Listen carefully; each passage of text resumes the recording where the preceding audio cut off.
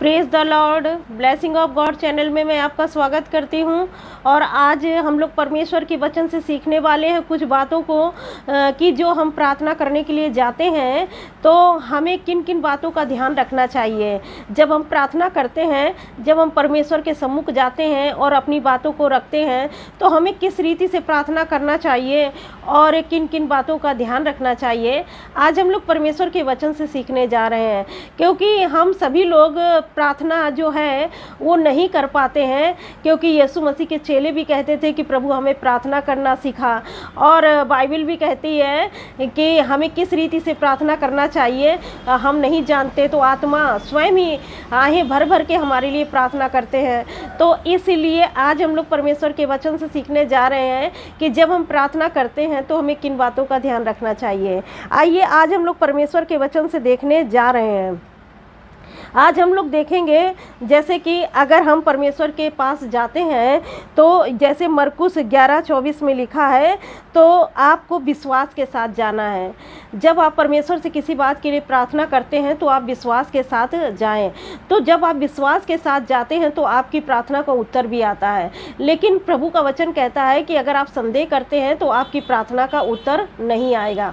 तो इसीलिए यहाँ पर परमेश्वर का वचन कहता है कि जब आप परमेश्वर के सामने जाते हैं, उससे प्रार्थना करते हैं, तो आपको याद रखना है और विश्वास के साथ प्रभु से प्रार्थना करना है कि जो मैं मांग रहा हूँ वो मुझे मिलेगा। विश्वास रखना है आपको, क्योंकि प्रभु का वचन कहता है कि यदि तू इस पहाड़ से कहे उखड़ जा और समुद्र में जा पड़, और संदेह ना करे बल्कि प्रतीति कर ले कि जो वो कहता है वो होगा, तो निश्चय उसके लिए वही होगा।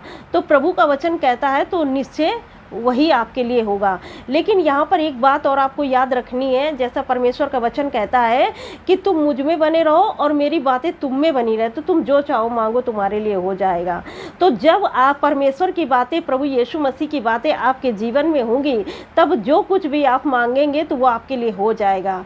तो इसीलिए आपको प्रभु का वचन कहता है कि जब आप विश्वास करते हैं तो आपको कर्म भी करना है। ऐसा नहीं कि आप सिर्फ विश्वास कर रहे हैं और कर्म ना करें। तो आपको पूरे हृदय से परमेश्वर की भक्ति करना है, परमेश्वर की उपासना करना है। तो जैसे अभी हमने पहला पॉइंट क्या देखा कि हमको प्रार्थना कैसे करना चाहिए, विश्वास के साथ प्रार्थना करना चाहिए, है ना। तो अब दूसरी चीज हम सीखेंगे इसमें परमेश्वर के वचन में कि दूसरी चीज हमें परमेश्वर को पिता कहना चाहिए। जब हम प्रार्थना करने के लिए जाते हैं परमेश्वर के सम्मुख, तो हम परमेश्वर ना कहें और बल्कि परमेश्वर पिता, बल्कि उनको पिता कह के, ए हमारे पिता। यीशु मसीह ने ये प्रार्थना सिखाई चेलों को और कहा कि हमें परमेश्वर को पिता कहना है। तो उसने कहा हे हमारे पिता। तो इसलिए हम जब प्रभु से प्रार्थना करने के लिए जाते हैं तो हमें इस बात का ध्यान रखना है कि हम अपने पिता से मांग रहे हैं। जो भी चीज़ है वो अपने पिता से मांग रहे हैं, और हम जब विश्वास करते हैं कि जब हम पिता से मांग रहे हैं तो हमारा पिता हमको देगा। तो आप जैसे एक उदाहरण भी ले सकते हैं कि जैसा एक बच्चा है, अगर उसको साइकिल चाहिए तो वो अपने पापा के पास जाता है, तो वो बड़े हियाव के साथ कहता है। वो किसी और दूसरे के पापा के पास जाकर नहीं कहेगा कि पापा मुझे साइकिल दिला दीजिए। दूसरे के पापा से नहीं कहेगा कि मुझे साइकिल दिला दीजिए, बल्कि जब उसका पापा होगा तो उसके अपने पापा से कहेगा मुझे पापा साइकिल की ज़रूरत है। उसे विश्वास है इस बात का कि जब मैं पापा से कहूँगा तो पापा मुझे साइकिल दिलाएंगे। तो इसी तरह से हमारे परमेश्वर जो है, तो प्रभु कहते हैं कि वो आपके पिता हैं, क्योंकि जितनों ने उसे ग्रहण किया उसने परमेश्वर की संतान होने का अधिकार दिया। तो जब आप यीशु मसीह को ग्रहण करते हैं तो आप परमेश्वर की संतान बन जाते हैं, और जब संतान बन जाते हैं तो वो आपका पिता हो जाता है। तो इसीलिए आप राज्य की संतान हैं और आप परमेश्वर जो है वो आपके पिता बन चुके हैं। तो जब आप पिता कह के संबोधित करते हैं परमेश्वर को ना, तो परमेश्वर का जो हृदय है वो बहुत ही करुणा से और दया से भर जाता है आपके लिए। जैसे आप अपने पृथ्वी में जो आपके पापा है, आप उनसे जब कोई चीज़ मांगते हैं बड़े प्यार से कि पापा हमको ये चाहिए, तो पापा भी दया और प्रेम से भर जाते हैं और सोचते हैं कि अरे मेरे बेटा इतना प्यार से कह रहा है मेरे लिए, मुझसे मांग रहा है, तो मैं इसके लिए ज़रूर लाऊंगा, चाहे किसी प्रकार से लाऊं। अगर उसके पास पैसे भी नहीं होते फिर भी वो सोचता है कि किसी तरह से अपने बच्चे के लिए लेकर के आऊँ, ताकि वो प्रसन्नता जो उसके चेहरे में उसको साइकिल मिलने से होगी तो वही प्रसन्नता देखना चाहता है। तो अगर हम अपने स्वर्गीय पिता को जो स्वर्ग में है और हमारे हृदय में भी रहते हैं, अगर हम उन्हें पिता कहते हैं तो उनको बहुत अच्छा लगता है। तो पिता और पुत्र का एक संबंध बनता है जब हम उसे पिता कह के पुकारते हैं। तो इसीलिए यहाँ पर यीशु मसीह ये अपने चेलों को नहीं सिखाते हैं कि हे मेरे परमेश्वर, वो कहते हैं हे मेरे पिता। तो जब वो पिता कहते हैं तो हमें भी पिता कहना है। तो वो उन्होंने सिखाया इस बात को कि हमको परमेश्वर को पिता कह के प्रार्थना करना है। तो आप जब पिता कह के प्रार्थना करते हैं तो परमेश्वर सच में आपकी प्रार्थना का उत्तर देते हैं, क्योंकि वो इतना पिता और पुत्र का लगाव इतना नज़दीकी है ना कि जब आप पिता कह के पुकारेंगे और विश्वास के साथ पुकारेंगे तो प्रभु का वचन कहता है कि परमेश्वर आपकी प्रार्थना को सुनेंगे। अगर परमेश्वर की बातें आपके जीवन में हैं तो वो ज़रूर प्रार्थना आपकी सुनेंगे।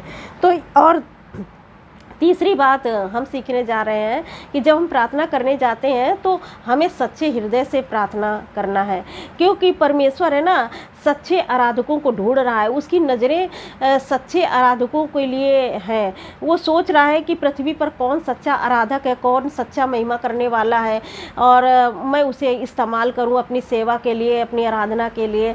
तो परमेश्वर ऐसे लोगों को ढूंढ रहे हैं कि कौन है जो सच्चा है, जो सच्चाई से परमेश्वर की महिमा करे। ऐसा नहीं कि सिर्फ मांगने के लिए परमेश्वर के पास आए।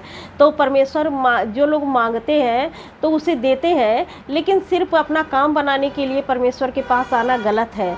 परमेश्वर चाहते हैं कि आप परमेश्वर के पास आएँ और वो भरपूरी की ज़िंदगी पाएँ, लेकिन परमेश्वर ये चाहते हैं कि आप अनंत जीवन पाएँ, आपका प्राण बचाया जाए और आप हमेशा के लिए बच जाएं। तो परमेश्वर यही चाहते हैं, इसीलिए आपको सच्चे मन से परमेश्वर के पास आना है। और परमेश्वर ऐसे लोगों को ढूंढ रहे हैं कि जो सच्चे मन से उसकी आराधना करते हैं, क्योंकि प्रभु का वचन ही ये कहता है कि तू अपने परमेश्वर से सारे प्राण से, सारे मन से, सारी शक्ति से, सारी बुद्धि से परमेश्वर से प्रेम करना है। तो जब आप ऐसा करते हैं तब आप सच्चे हृदय से परमेश्वर के पास आते हैं और परमेश्वर आपको ग्रहण करते हैं। और चौथी बात, आपका जो मन होना चाहिए वो दूसरों को माफ़ करने वाला होना चाहिए। प्रभु का वचन कहता है कि जब परमेश्वर के पास आप आते हैं तो दूसरों को क्षमा करने वाला आपका मन होना चाहिए। अगर आप दूसरे के अपराधों को रखे रहते हैं तो माफ़ नहीं करते हैं तो प्रभु का वचन कहता है कि आपके अपराधों को भी माफ़ नहीं किया जाएगा। तो इसलिए आपको दूसरे के अपराधों को माफ़ करना है। परमेश्वर आपके भी जिस तरह से आपके अपराधों को माफ़ कर दिया, क्षमा कर दिया, तो वैसे ही आपको भी दूसरे के अपराधों को माफ़ करना है। अगर आपको लगता है, प्रभु का वचन कहता है कि जब तू अपने भेंट ले करके परमेश्वर के सम्मुख जाए और तुझे स्मरण आए कि तेरे भाई से तेरा बनता नहीं है, तो अपनी जो भेंट है वेदी के पास छोड़ दे और जा अपने भाई से मेल मिलाप कर। तो यहाँ परमेश्वर का वचन ये बताता है। तो आपसे मैं ये कहना चाहती हूँ कि आप जब परमेश्वर के सम्मुख जाते हैं तो अगर आपको ऐसा लगता है कि आपके अंदर किसी के विरुद्ध ऐसा है कि आप उसको माफ़ नहीं कर पा रहे हैं, उसने आपके साथ बहुत गलत किया है और आप उससे बहुत ज़्यादा नाराज़ हैं और उसे माफ़ नहीं कर पा रहे, तो प्रभु का वचन कहता है कि आपके पास क्षमा वाला मन होना चाहिए, माफ़ करने वाला मन होना चाहिए। और इसीलिए प्रभु कहते हैं कि पहले भेंट बाद में चढ़ाओ, जाइए पहले अपने भाई से मेल मिलाप करिए। तो इसीलिए प्रभु का ये वचन कहता है। और पांचवी बात हम लोग देखेंगे, फिलिपी 4:6 में लिखा हुआ है, धन्यवाद के साथ जो भी कुछ मांगे परमेश्वर से वो धन्यवाद के साथ मांगे। परमेश्वर से आप चाहते हैं तो धन्यवाद से मांगे और जो कुछ है आपके पास उसके लिए भी प्रभु का धन्यवाद करें। तो आपको इन बातों को बहुत ध्यान रखना है जब आप परमेश्वर के पास जाते हैं प्रार्थना के लिए। और हम दूसरी बात देखने जा रहे हैं कि जैसे कि प्रभु यीशु मसीह के जो चेले थे वो कहते हैं कि हे प्रभु हमको प्रार्थना करने सिखाइए। तो ये बताइए, जैसे प्रभु से वो कह रहे थे कि प्रार्थना करना सिखाइए, तो क्या यीशु मसीह के चेले प्रार्थना नहीं कर पाते थे? यीशु मसीह के चेले प्रार्थना करना जानते थे, वो व्यवस्था को भी जानते थे, वो फरीसियों को और यहूदियों को भी देखते थे, यहूदी धर्म में वो लोग जन्म लिए थे, तो उनको प्रार्थना करना आता था। लेकिन वो कुछ ऐसा देखते थे प्रभु यीशु मसीह में जो और लोगों से डिफरेंट था। वो लोग जैसी प्रार्थना करते थे शास्त्री फरीसी किस तरह प्रार्थना करते हैं और प्रभु किस तरह प्रार्थना करते थे, तो उन्हें बहुत डिफरेंट लगता था कि प्रभु यीशु मसीह कुछ दूसरी तरह प्रार्थना करते हैं। तो इसीलिए प्रभु का वचन कहता है कि तुम जब प्रार्थना करने के लिए जाते हो तो आपको विश्वास के साथ जाना है, धन्यवाद के साथ जाना है, दूसरों को माफ़ करना है, विश्वास रखना है और परमेश्वर को अपना पिता कहना है। तो जब आप इन बातों के साथ परमेश्वर के सम्मुख जाते हैं तो प्रभु ने अपने चेलों को एक प्रार्थना सिखाई थी, हे हमारे पिता तू जो स्वर्ग में है और तेरा नाम पवित्र माना जाए। आज इस संसार में परमेश्वर का नाम पवित्र नहीं माना जा रहा है, क्योंकि हमारे गलत कामों के कारण परमेश्वर के नाम की निंदा होती है। क्योंकि प्रभु का वचन कहता है कि तुम्हारे कामों के कारण जो हम काम करते हैं वो परमेश्वर के कामों से मैच नहीं करते हैं, इस कारण परमेश्वर के नाम की निंदा करते हैं। परमेश्वर के वचन में हम नहीं चलते हैं, जैसे हम झूठ बोलते हैं, किसी से ईर्ष्या करते हैं, लड़ाई करते हैं, गाली देते हैं, झगड़ा करते हैं, नशा करते हैं, तो ये तो परमेश्वर के कार्यों के विपरीत हम काम करते हैं। तो इसीलिए प्रभु का वचन कहता है कि तुम परमेश्वर के नाम की निंदा करवाते हो। लोग निंदा करते हैं परमेश्वर के नाम की, क्योंकि हम गलत काम करते हैं। लोग क्या कहते हैं, अरे ये लोग प्रार्थना में जाते हैं और गाली देते हैं, अरे ये लोग तो प्रार्थना करते हैं और नशा करते हैं, अरे ये लोग प्रार्थना करते हैं और लड़ाई झगड़ा भी करते हैं। तो इस तरह से परमेश्वर के नाम की निंदा होती है। तो आप इससे बचें, क्योंकि ये सब बातें हैं मृत्यु को लेकर के आता है। तो इसीलिए प्रभु का वचन कहता है कि तेरा नाम पवित्र माना जाए और तेरा राज्य आए और तेरी इच्छा जैसे स्वर्ग में पूरी होती है वैसी पृथ्वी पर भी हो। तो प्रभु ने ये बात सिखाई और कि ये प्रार्थना में कहना है कि जैसे इच्छा आपकी स्वर्ग में पूरी होती है, जैसे स्वर्गदूत परमेश्वर की इच्छा को पूरा करते हैं, वैसे पृथ्वी पर भी हो। क्योंकि पृथ्वी पर परमेश्वर की इच्छा पूरी नहीं हो रही है, क्योंकि शैतान ने ऐसा जाल बिछा के रखा है कि शैतान की बातों पर लोग चल रहे हैं, शैतान जैसा चाहता है वैसे लोग कर रहे हैं। तो इसीलिए प्रभु चाहते हैं कि आप शैतान की गुलामी से छुटकारा पाएं, पाप से छुटकारा पाएं। तो जब आप ऐसा करेंगे ना तो परमेश्वर की इच्छा पृथ्वी पर पूरी होगी। तो जब धीरे धीरे एक एक व्यक्ति को बदलता जाएगा, एक व्यक्ति जब आत्मिक जीवन जीने लगता है तो दूसरा व्यक्ति भी देखे कि हाँ ये व्यक्ति आत्मिक जीवन जीने लगा है, तो मैं भी इसके अनुसार ही चलूँगा, मैं भी परमेश्वर के वचन के अनुसार चलूँगा। तो अगर धीरे धीरे सभी लोग ऐसे बदलने लगेंगे तो परमेश्वर की इच्छा इस पृथ्वी पर पूरी होगी, और गलत काम लोग छोड़ने लगेंगे तो परमेश्वर की इच्छा इस पृथ्वी पर पूरी होगी। और जैसा लिखा है कि हमारे दिन भर की रोटी आज हमें दे, और जिस प्रकार हमने अपने अपराधियों को क्षमा किया है वैसे ही तू हमारे अपराधों को भी क्षमा कर। तो आपको भी अपने अपराधियों को क्षमा करें, तब परमेश्वर से आप ऐसे भी कह सकते हैं कि प्रभु हमारे भी अपराधों को क्षमा कर। तो इसीलिए आपको दूसरों को अपराध को क्षमा करना है और परमेश्वर आपके भी अपराधों को क्षमा करता है। वैसे ही तू भी हमारे अपराधों को क्षमा कर और हमें परीक्षा में ना ला। प्रभु का वचन कहता है कि हमें परीक्षा में ना ला।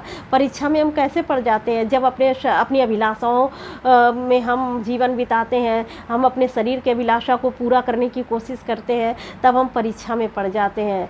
लेकिन प्रभु का वचन कहता है कि वो तुम्हें सामर्थ्य से बाहर परीक्षा में पड़ना नहीं देगा। अब जैसा यहाँ पे लिखा है कि प्रभु सिखाते हैं, अपने चेलों को कहते हैं कि ये भी कहना है कि हमें परीक्षा में ना ला। तो जब हम गलत काम करते हैं या परमेश्वर के विरोध में काम करते हैं या अभिलाषाओं से भरे होते हैं, तब हम अभिलाषा में फंस जाते हैं और हम परीक्षा में पड़ जाते हैं। तो परमेश्वर का वचन यही कहता है कि परंतु बुराई से बचा, क्योंकि राज्य और पराक्रम और सदा महिमा तेरा ही हो। तो परमेश्वर की इच्छा इस पृथ्वी पर पूरी हो। तो इस तरह से प्रभु ने अपने चेलों को प्रार्थना करना सिखाया। तो प्रार्थना जब यीशु मसीह करते थे तो वो किसी गुप्त स्थान में जाते थे, तब देखते थे कि उसके चेले सो रहे हैं तो वो अंधेरे में ही उठते थे। कभी कभी रात भर प्रार्थना करते थे, कभी 4 बजे उठ करके प्रार्थना करते थे, कभी जब वचन सुनाते सुनाते पूरा दिन हो जाता था तब रात में पहाड़ पे चले जाते थे प्रार्थना करने के लिए। तो प्रभु यीशु का जो जीवन था वो प्रार्थना का जीवन था, वचन पर चलने वाला जीवन था। वैसे ही प्रभु चाहते हैं कि हम प्रार्थना करें। प्रार्थना हमारा हथियार है और हम उससे प्रार्थना के द्वारा शैतान पर विजय प्राप्त कर सकते हैं। तो इसीलिए प्रभु का वचन कहता है कि आपको परमेश्वर के सामने जब आप प्रार्थना के लिए जाते हैं और जब परमेश्वर से प्रार्थना करते हैं तो आपको इन बातों का विशेष ध्यान रखना है। परमेश्वर इस वचन से आप सबको बहुत आयत की आशीष दे। God bless you all. Thank you.